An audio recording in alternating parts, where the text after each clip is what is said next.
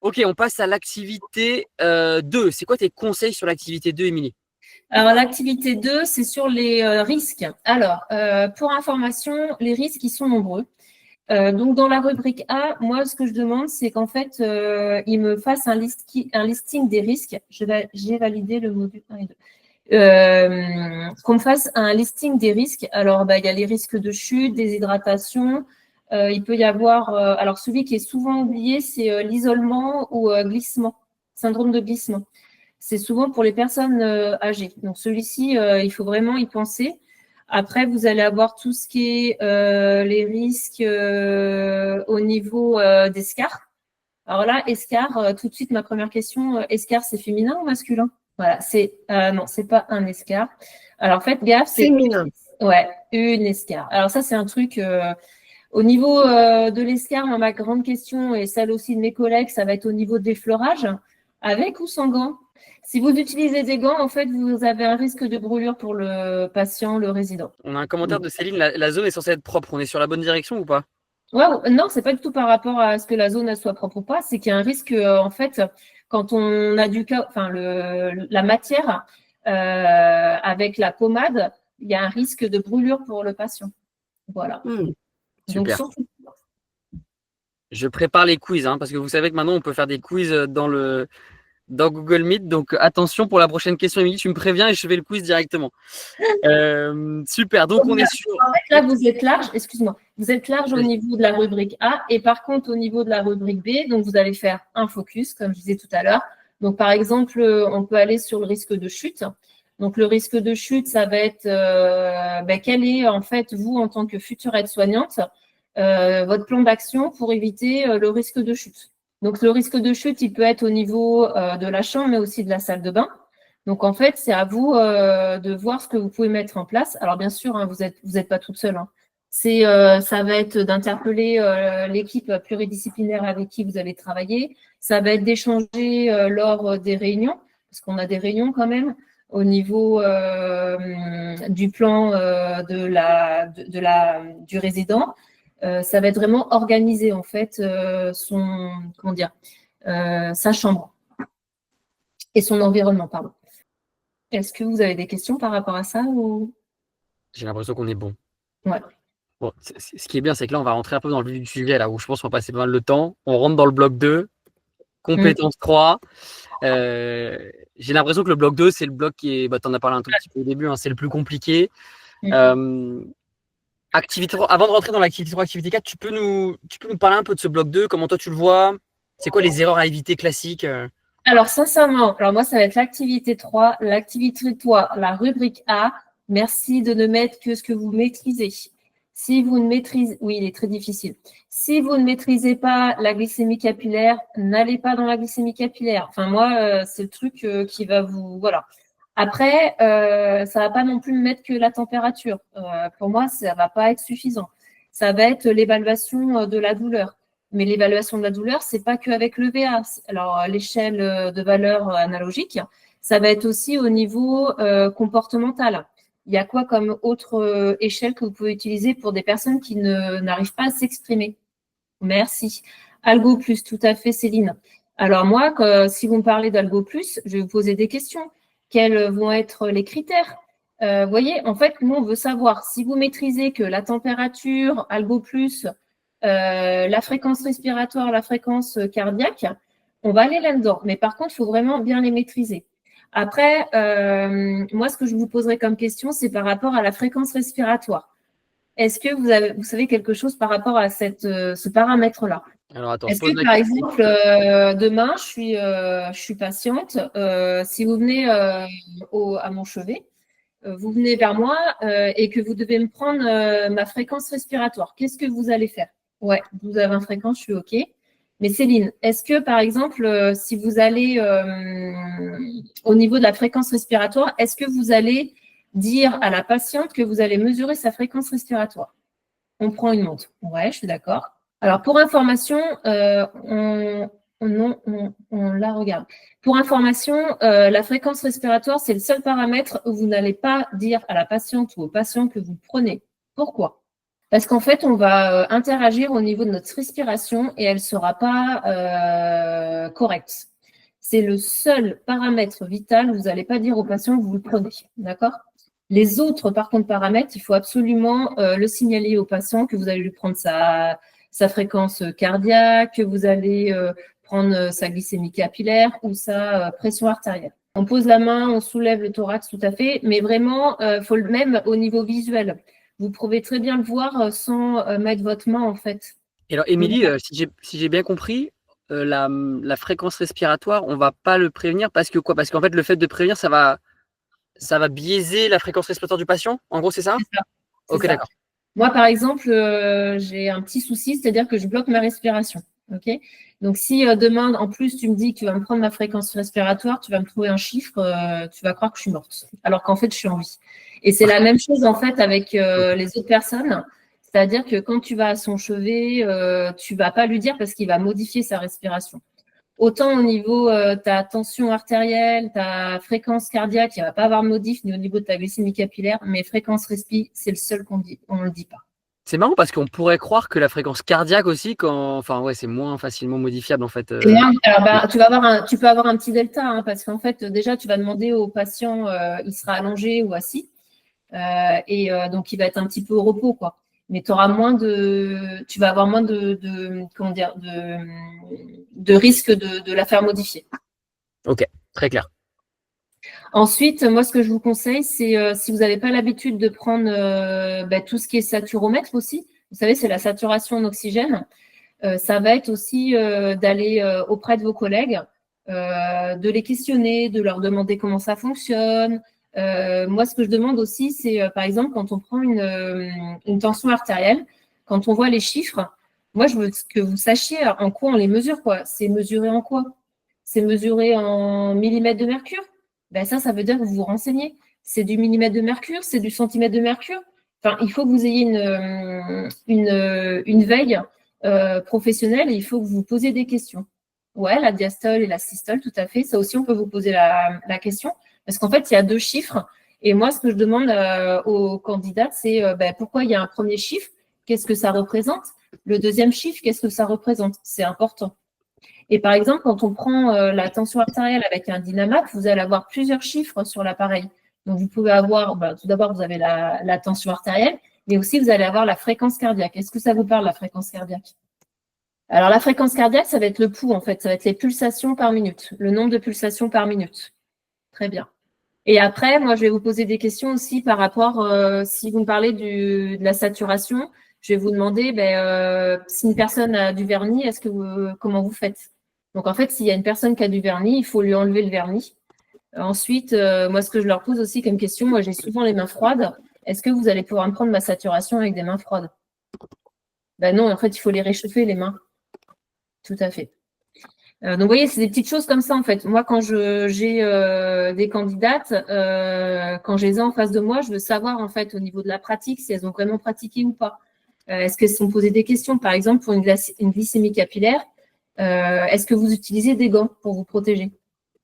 Ben oui, en fait, oui, on utilise des gants à usage unique. Après, moi, ce que je vais demander, c'est est-ce que vous faites la glycémie capillaire?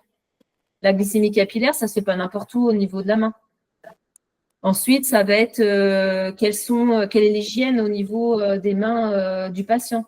Ça veut dire qu'on va demander sur le bout du doigt. Ouais, alors il faut faire attention, en fait, c'est vraiment sur le côté et non sur la pulpe. Et ensuite, on ne le fait surtout pas au niveau de la pince. On le fait que sur ces 3. Voilà, très bien. Vous voyez, il y a des petites choses comme ça. En fait, on a besoin de savoir si vous avez déjà vu, si vous l'avez fait, si vous êtes questionné. C'est hyper important. Et après, dans la rubrique B, donc là, vous allez faire vraiment un seul paramètre.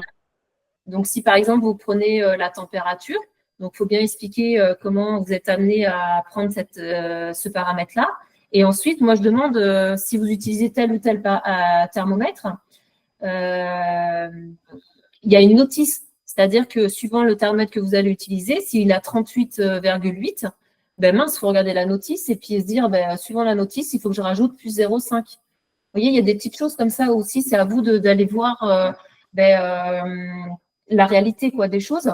Et puis aussi, ça permet aussi, le fait d'échanger avec vos collègues, ça vous permet aussi à eux de prendre de la distance par rapport à leur pratique pro et aussi de se dire, ah ben mince, c'est vrai, tu me poses ça comme question, faut peut-être aussi qu'on revoie nos façons de faire et puis qu'on aille jeter un coup d'œil dans le protocole au niveau, par exemple, des paramètres vitaux, des choses comme ça.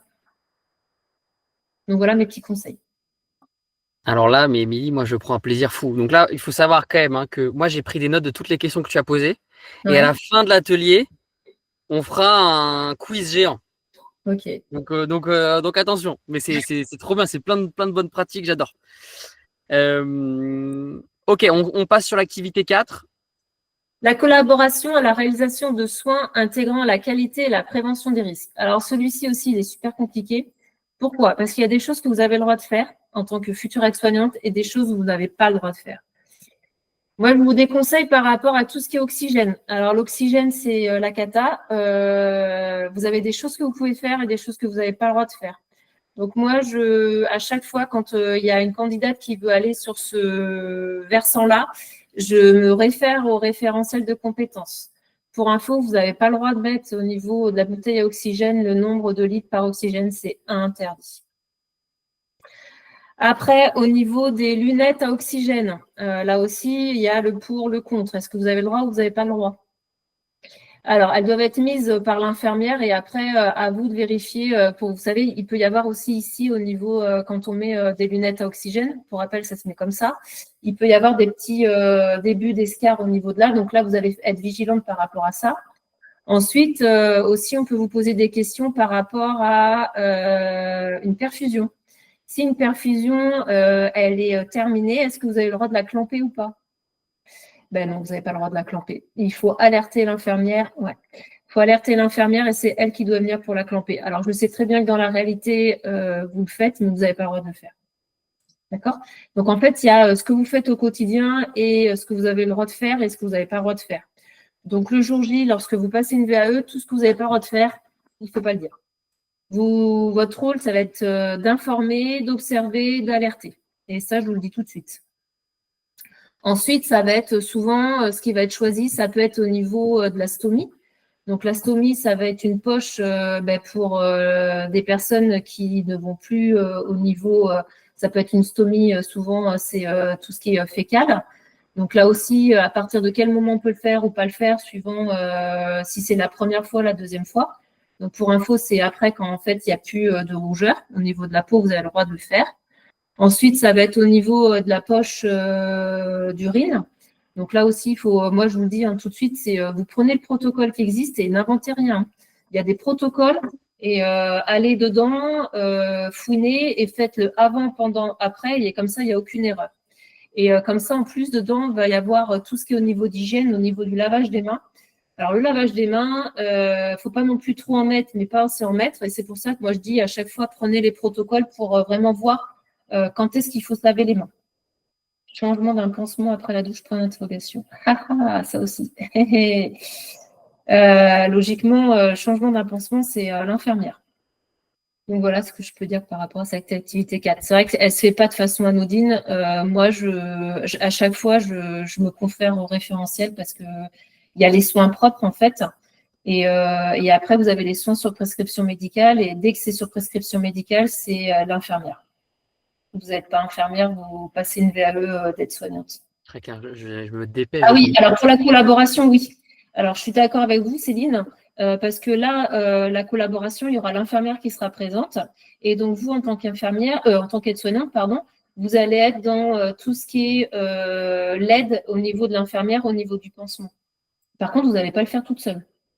Vous allez accompagner et vous allez l'aider. Ça va être par exemple au niveau du propre et du sale aussi, au niveau du plateau. Là aussi, on peut vous voir là-dessus. En tant que future aide-soignante, vous devez vraiment avoir votre zone propre, votre zone sale et bien dire où vont 1, 2, 3, où les déchets vont. Par exemple, par rapport à un pansement, vous allez avoir une poubelle noire, une poubelle jaune. Il faut savoir pourquoi vous le mettez dans le noir et pourquoi vous le mettez dans le jaune. Par exemple, tout ce qui est emballage, ça va dans le noir parce que ça n'a pas touché le patient. Et par contre, tout ce qui va être dans le jaune, la poubelle jaune, ça va être tout ce qui va être compresse, qu'on va mettre du produit, par exemple, je ne sais pas moi, un antiseptique ou quoi que ce soit, vous allez nettoyer la plaie. vous mettez dedans. Et par contre, si il y a, par exemple, tout à l'heure, on a parlé de la glycémie capillaire, donc quelque chose de piquant, ça va dans le DASRI. Là aussi, c'est des choses que vous devez savoir et qu'on va vous poser comme question. Super, merci beaucoup, Émilie. Je crois qu'on n'a plus d'autres questions. On peut avancer sur la 5, qui est un peu plus classique. On peut peut-être passer un peu moins de temps dessus. Si tu peux juste donner un peu de contexte sur l'activité. L'installation et l'aide au déplacement de la personne, ça va être tout ce qui est lève-personne, ça va être tout ce qui est déambulateur, fauteuil roulant. Donc là, on va vous attendre sur l'ergonomie, en fait. Donc, ça va être pour tout ce que vous mettez comme position pour éviter tout ce qui est TMS, les troubles musculo-squelettiques, et aussi la mise en sécurité du patient, du résident. Et vérifier à chaque fois, quand vous utilisez un lève-personne ou un fauteuil roulant, c'est la sécurité quand vous vous levez et quand vous mettez le patient, le résident. Parce qu'il y a un risque au niveau sécuritaire. C'est-à-dire que si vous ne bloquez pas les roues, il peut partir et donc ça ne va pas. Voilà pour l'activité 5. Très clair. Ouais, donc là, ce qui accueille l'information et communication auprès des personnes et de leur entourage. Donc, par exemple, tout à l'heure, on parlait de l'hôpital. C'est possible de le faire aussi, cette activité, quand vous êtes à l'hôpital. Quand vous accueillez un patient et qui va en chambre, ça va être lui donner le livret de l'hôpital, dans le livret d'hôpital, vous allez avoir un petit flyer ou document ou je sais pas comment, fiche spécifique sur le service de médecine, le service de chirurgie, etc. Donc voilà, ça va être lui montrer sa chambre, ça va être lui montrer, ce qui est bête, mais c'est la sonnette, le téléphone, la télévision. S'il a quelqu'un qui l'accompagne, s'il y a besoin d'aller en bas pour ouvrir la ligne téléphonique, la télévision, ça va être lui montrer où il peut mettre ses affaires, où est la salle de bain, etc. Donc ça va être au sein de l'hôpital. Et après, au niveau de l'EHPAD, donc là, ça va être tout le fonctionnement d'un EHPAD. Et pour information, vous savez qu'au niveau de la loi tout ce qui est médico-social, il y a eu une évolution et une place importante au niveau de la famille. Et donc, avec un conseil de vie au niveau de la famille. Donc, la famille a une place très importante au sein d'un EHPAD. Et ça, souvent, on l'oublie au niveau de cette activité-là. Donc, voilà. Et ça va être aussi accueillir la peur du patient, du résident, parce que le fait de quitter son milieu familial, ça peut aussi engendrer un stress. Et là, on a aussi envie d'entendre le côté de l'empathie, de l'écoute active, de la reformulation. Voilà, il y a une gestion de stress à ce moment-là et c'est vrai que on a besoin d'avoir des futures aides-soignantes qui soient attentives à tout ça. Super, on peut passer à la 7 qui est assez proche de la 6 encore, toujours le bloc 3. Ouais. Donc là, moi, ce que je demande, c'est il y a des protocoles aussi par rapport à l'accueil des stagiaires, des nouvelles collègues. Ça va être aussi de leur mettre à disposition une fiche de poste. Ça va être un déroulé de journée pour qu'elles sachent en fait comment ça se passe. Ça va être de les présenter aux membres de l'équipe. Ça va être aussi de leur expliquer les différents outils que vous utilisez, parce qu'on a certains logiciels, classeurs, etc., pour qu'elles puissent se repérer. Ça va être leur faire une petite visite aussi des locaux, de prendre du temps lors de la pause pour pouvoir échanger avec elles, et puis d'avoir un débrief avec elles en fin de journée. Après, ça va être sur le nettoyage, l'environnement, non? Ouais, c'est ça, bloc 4. Entretien des locaux. Voilà, sincèrement, et vous ne prenez pas la tête. Il y a des protocoles qui existent sur l'entretien des locaux, l'entretien du matériel. Et moi, ce que je demande, c'est vraiment, alors moi, c'est un truc, c'est vraiment aller avec, ça, c'est un problème, d'aller vraiment au niveau de ces protocoles-là. Après, il y a des règles qu'il faut savoir, c'est est-ce qu'on va du plus haut au plus bas ou du plus bas au plus haut quand on fait le nettoyage? En fait, il y a des règles que vous devez connaître. C'est-à-dire qu'on va toujours du plus haut vers le plus bas. C'est-à-dire qu'en fait, s'il y a des poussières, hop, on fait tomber la poussière. Ensuite, il y a du plus haut au plus bas, tout à fait. Après, ça va être tout ce qui va être au niveau du plus loin au plus près, du plus près au plus loin. On va vous poser comme question si c'est lequel est le bon. Voilà, enfin, c'est des petites choses en fait, et tout est écrit dans les protocoles. Sincèrement, moi, je me dis, prenez les protocoles que vous avez en vigueur au sein de vos établissements. Et puis en plus, vous avez tout ce qui est produit, l'utilisation des produits, la dissolution. Quand je dis les produits, c'est les produits d'entretien. désinfectants, détergents, etc. Ça va être les à sec, si vous utilisez à sec, la godille, enfin tout ça c'est écrit en fait dans les protocoles. Enfin, sincèrement, celui-là, vous pouvez l'avoir facilement. Mais question, Émilie, du coup, j'ai l'impression que cette logique de protocole, c'est même quelque chose qu'on peut appliquer à toutes les compétences, non, en fait. C'est-à-dire qu'en général, à l'hôpital ou en structure, en tout cas médico-sociale, en général, il y a des protocoles pour tout. Et en fait, le point de départ de chaque rédaction, ça pourrait déjà être de se dire, avant de démarrer, de se dire, bah tiens, pour cette compétence-là, c'est quoi en fait le protocole en vigueur avant que moi je commence à décrire? Ouais, moi c'est ce que je leur dis à toutes mes candidates, c'est-à-dire qu'en fait il y a des protocoles, pardon. En plus, oui, j'ai oublié de vous dire, je suis référente santé accueil inclusif, donc je suis à fond dans les protocoles du côté petite enfance. Et en fait, pour chaque chose, en fait c'est pas recopier le protocole, c'est-à-dire qu'en fait c'est une base de travail comme dit Victor, c'est pour vous éviter certaines choses. C'est-à-dire, oui, il faut le connaître. Alors moi je demande pas ce que vous le connaissiez par cœur. Mais il y a des pratiques, c'est-à-dire que le jour où vous allez passer une VAE, si vous me parlez de l'entretien des locaux, oui, vous devez, entre guillemets, maîtriser le protocole par rapport à l'entretien d'une chambre à blanc, par exemple, ou par exemple au niveau du matériel, c'est-à-dire que le matériel médical, comment vous faites pour le nettoyer. Enfin, ça, c'est des choses que vous devez savoir. C'est quel produit je vais utiliser, comment je le désinfecte, où je le stocke, où je le range. Tout ça, c'est quelque chose que vous devez maîtriser par contre. Et oui, Victor, en fait, il faut qu'elle parte de chaque protocole. Et ensuite, il faut mettre, ça permet d'avoir des étapes, de savoir le matériel qu'on utilise, donc d'avoir le avant, le pendant et le après. Et après, ce qu'il faut glisser aussi à l'intérieur, c'est tout ce qui est écoute, la relation avec les autres, l'empathie, etc. Ouais, j'imagine qu'il y a un autre point aussi où s'il y a des étapes du protocole que vous comprenez pas, par exemple, bon, je prends un exemple basique parce que tout le monde Ouais. comprend, mais ok, je fais un change, je me lave les mains avant. Si on comprend pas pourquoi on se lave les mains avant, on peut poser la question à sa cadre ou même à son Ouais. collègue ou sa Mais collègue, c'est etc. ça, c'est ce que je disais tout à l'heure, hein, Victor. En fait, un protocole, il va être interdépendant, et c'est ce que je dis à chaque fois, au niveau de l'établissement où on travaille. Le protocole, il a été validé. Il a été validé par un médecin à l'hôpital ou au niveau d'un EHPAD. Et il faut vraiment dire que c'est le protocole que vous utilisez au sein de votre établissement et qui a été validé par une équipe pluridisciplinaire et aussi par un médecin. Et ensuite, on se pose des questions, c'est-à-dire que quand on écrit un protocole, il doit être censé et on doit penser à ce protocole. C'est-à-dire, c'est pourquoi on se lave les mains à telle et telle ou telle étape. Et c'est aussi peut-être quand vous utilisez le protocole, c'est peut-être aussi d'interpeller vos collègues, votre cadre de santé, le médecin avec qui vous travaillez. Ben, pourquoi à tel moment il faut se laver les mains et pas à tel moment Est-ce que vous pouvez m'expliquer? Moi, je trouve ça vachement intéressant et je préfère qu'on s'assoie autour d'une table par rapport à ça et qu'on puisse faire évoluer un protocole. Un protocole, il n'est pas figé dans le temps. Il va évoluer avec les pratiques et les nouveaux matériels qu'on va utiliser. Et oui, tout à l'heure, il y avait une question par rapport aux produits. On n'utilise pas n'importe quel produit. C'est-à-dire qu'il y a des produits désinfectants, détergents, etc. Et suivant ce qu'on fait, on va utiliser tel ou tel produit. Et aussi, ce qu'on demande, c'est qu'il y ait les fiches produits soient imprimées et mises à disposition du personnel. Parce qu'avec tel produit, vous allez devoir avoir telle dilution, vous allez devoir utiliser des gants à usage unique. Pourquoi j'utilise des gants à usage unique? Parce qu'il peut y avoir des effets au niveau de ma santé. Enfin, c'est pas anodin, hein, les produits qu'on utilise. Super génial. Hop, allez, on avance. Dernière compétence du coup du bloc 4, juste avant le dernier bloc, la 9. Ouais, repérage et traitement des anomalies, dysfonctionnements. Donc là, en fait, ce qu'on veut que vous soyez en capacité, c'est d'observer. L'observation, elle est hyper importante. Alors que vous soyez agent de service hospitalier, aide-soignant, infirmière, on est dans l'observation. Dans l'observation, ça veut dire que vous êtes au pied du patient et vous allez voir qu'il y a tel ou tel matériel qui ne fonctionne plus. Donc après, vous allez voir si c'est en lien avec une pile, une prise qui est débranchée ou quoi que ce soit. Et dès que vous avez vu qu'il y avait un vrai dysfonctionnement, vous allez devoir alerter.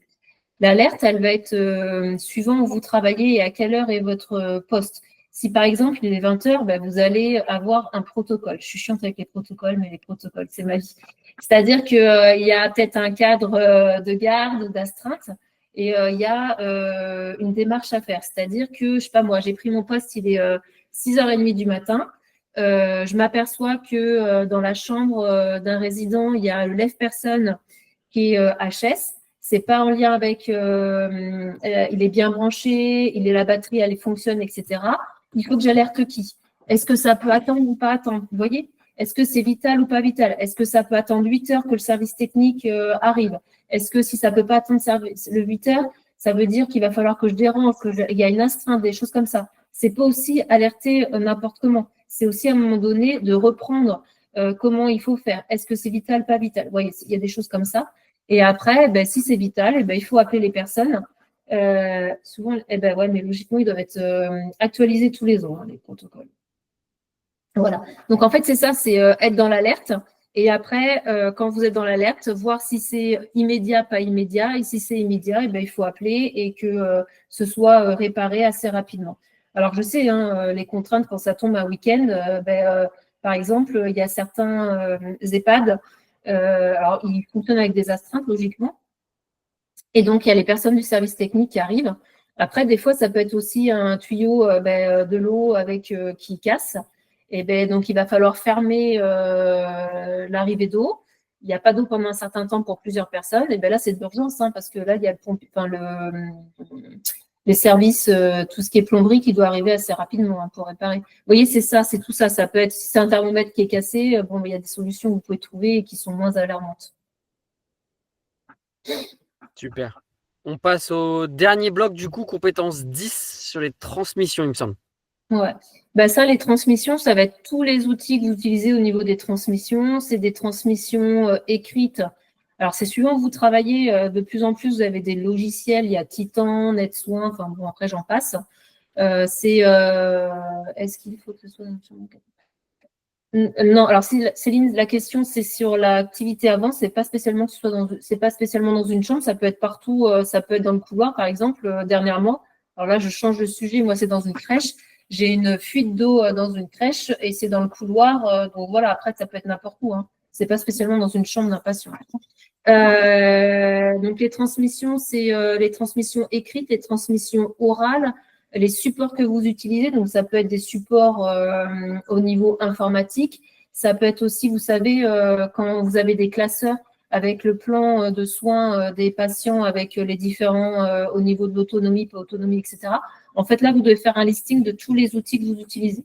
Et on enchaîne sur les 5 dernières minutes sur l'activité 11, compétence 11, l'organisation qui est lui aussi important, j'ai l'impression. Ouais, alors l'organisation, elle est primordiale. Donc là, l'activité 11, vous devez faire le déroulé normal d'une journée. Donc en fait, vous faites heure par heure ou demi-heure par demi-heure, hein, moi je sais pas.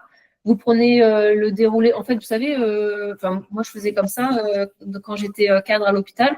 C'est-à-dire que suivant l'heure à laquelle vous arriviez, s'il y avait un absentisme ou quoi que ce soit, en fait, vous preniez la fiche horaire du matin et vous savez, à telle heure, c'est dispensation des traitements, à telle heure, c'est le petit lever, etc. Donc, vous reprenez cette fiche, cette gestion de journée normale. Et ensuite, la deuxième, c'est un imprévu.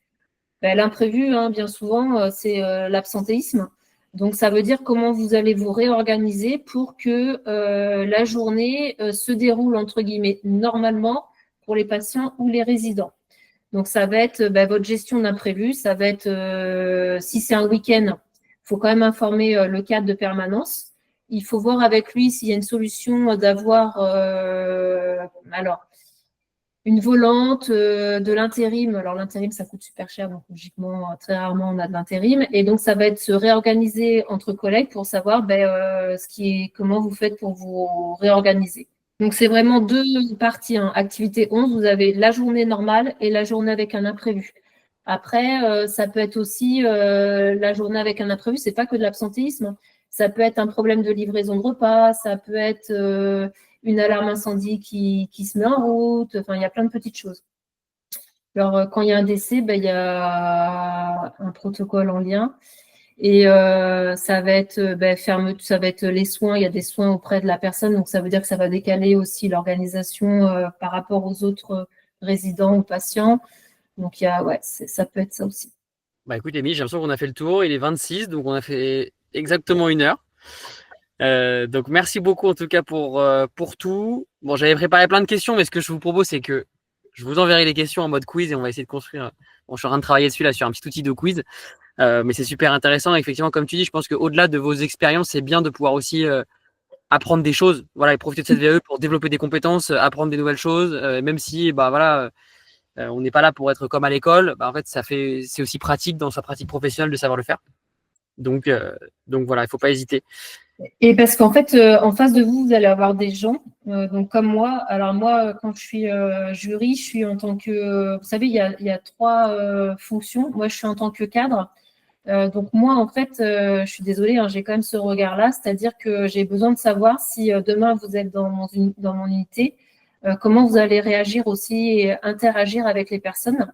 Ça veut dire que des fois, on va vous poser des questions, mais c'est pas pour vous mettre en difficulté, c'est pour voir comment vous allez nous répondre aussi. Et des fois, on peut vous mettre en difficulté sans vouloir vous mettre en difficulté, parce que pour nous, c'est quelque chose d'anodin et pour vous, ça peut être vécu comme quelque chose de dur. Et c'est aussi être dans l'interaction et être en possibilité de demander une reformulation. Et ça, n'hésitez pas. En fait, nous, on a notre vocabulaire médical et paramédical, et vous avez le droit aussi de dire, attendez, excusez-moi, est-ce que vous pouvez reformuler parce que je n'ai pas compris votre question. Et avec grand plaisir, on le refera.